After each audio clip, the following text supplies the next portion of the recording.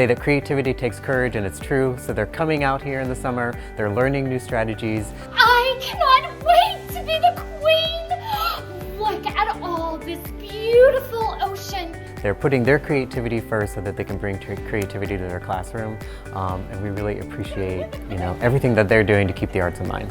NKCES advocates for arts education.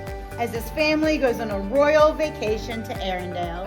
I've seen so many kids come alive with the arts. I've seen so many kids just make a huge difference and a huge change. I've seen so much empowerment. I want them to be excited and inspired to do the work of bringing arts into their classrooms every day. But I also want them to have concrete tools to do so. Today is all about learning how to integrate the arts with other subjects. And I think dance is particularly great because it is social. We do it with other people. It is physical, of course, which is great, especially in a time of lots of screens.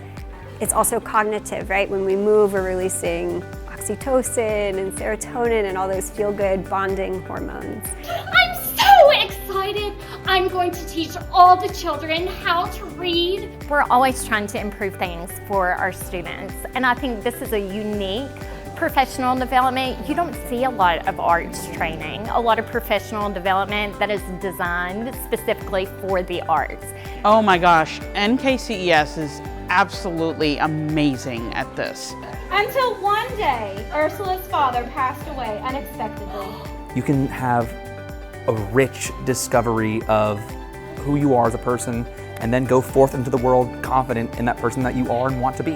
At NKCES, we champion arts education.